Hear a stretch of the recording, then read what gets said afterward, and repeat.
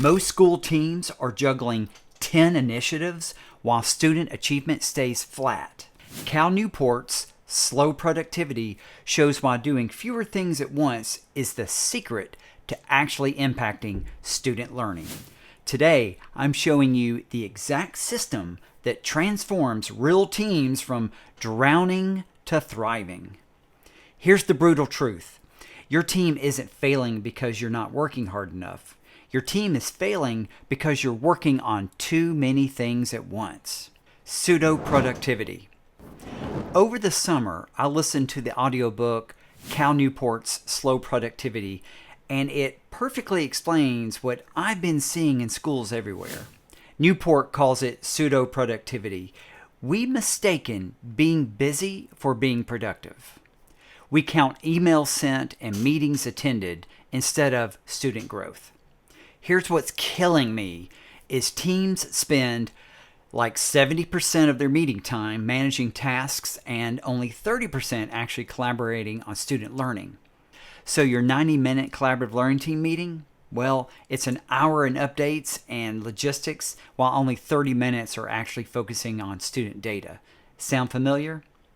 Every single initiative requires coordination time that compounds exponentially. Think about it. 3 projects might need 3 check-ins each. That's 9 interactions. But 10 projects? Oh. You're drowning in coordination instead of actually collaborating. Newport's solution isn't doing less overall, it's doing fewer things at once. Teams that do fewer things at once actually accomplish more over a year than teams trying to juggle everything. Principle 1, the 3-project rule. All right, imagine this. A 3rd grade team is juggling reading interventions, new math curriculum, PBIS behavior tracking, science fair, field trips, parent engagement, and data walls. They would meet for 90 minutes weekly, but spend most of their time just updating each other. So they decide to prioritize and put only 3 projects in an active status. That's reading interventions, math curriculum, and PBIS. Everything else went into a queue. So suddenly their meetings became about analyzing student work instead of status updates, and reading scores improve. The principal and instructional coaches can see the board anytime. In fact, everyone knows what's being worked on now versus what's planned for later. Principle 2, kill the overhead. Newport says most knowledge workers spend their days managing work instead of doing work. For teachers, this happens outside the classroom. So in your planning time, after school, or at home. Imagine this. A parent emails all 5 7th grade teachers separately about homework. They'd have 30 email chains about one struggling student. Teachers spent evenings answering the same questions individually. So in an effort to be more efficient and effective, they create one shared FAQ document and a weekly parent update email from the team lead. They designate one point person per week for parent communication, and it rotates.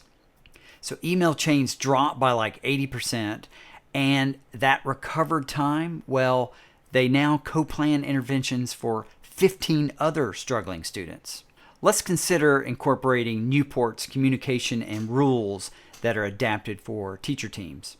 So have a designated point person for external communication, and you can have this rotate weekly. Document clearing meetings.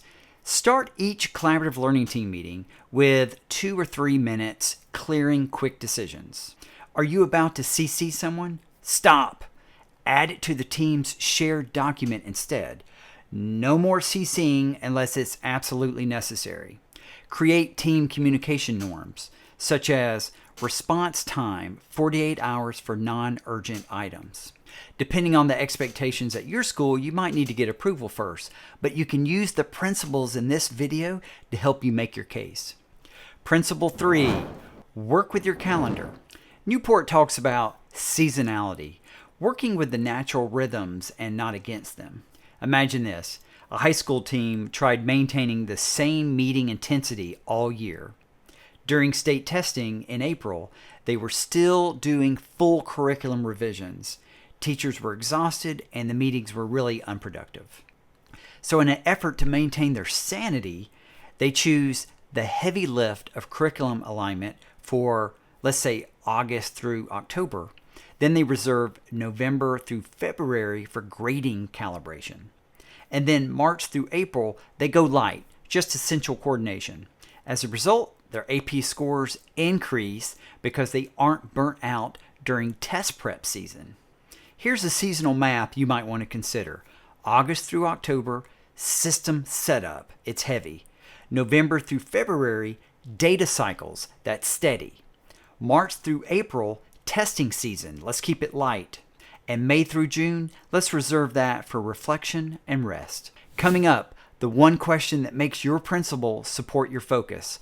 Also, I'll share a 2-week implementation plan, including a script you can use tomorrow. Principle 4, obsess over quality. This is Newport's most powerful insight. Stop spreading yourself thin. Go deep on what matters. Imagine this. K2 teams have 6 reading programs that are running simultaneously. There's guided reading, phonics, sight words, reading buddies, take-home readers, and digital app. Teachers can't track who's doing what.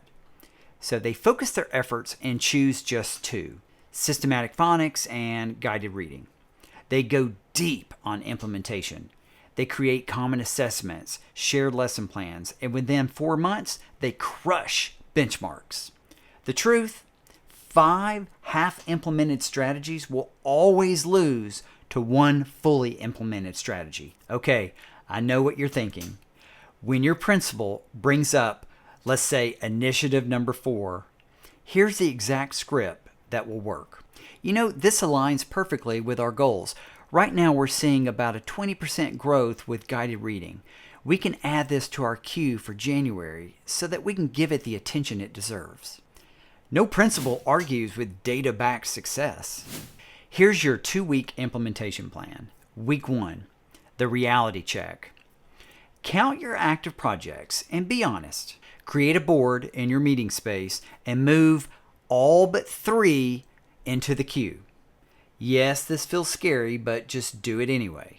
Week 2, the new system. Start each meeting with 2 or 3 minutes of document clearing. Designate this week's communication point person. Track the time you save in actual collaboration. You can use this later when you're talking to stakeholders. And watch your team's stress drop. The hardest part, when someone brings you a new initiative mid-year. But here's your script.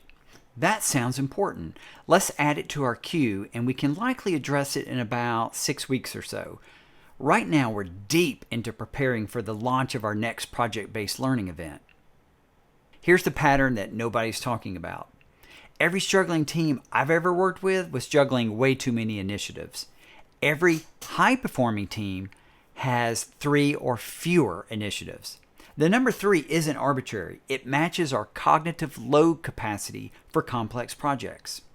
So Newport has provided a compelling argument that doing fewer things at once leads to producing better work over time. Your students don't need a frantic team trying to do everything. They need a focused team doing the right things exceptionally well. The question is, will you keep drowning in busy work, or will you choose to focus on what actually moves the needle for your students? Hey, drop a comment. Which of these principles will you bring to your team? Remember, do fewer things at once, obsess over quality, and watch your student impact soar. That's slow productivity. That's how you stop drowning and you start thriving. Download my 3-project team audit below. Hey, thanks for watching. I'll see you next time.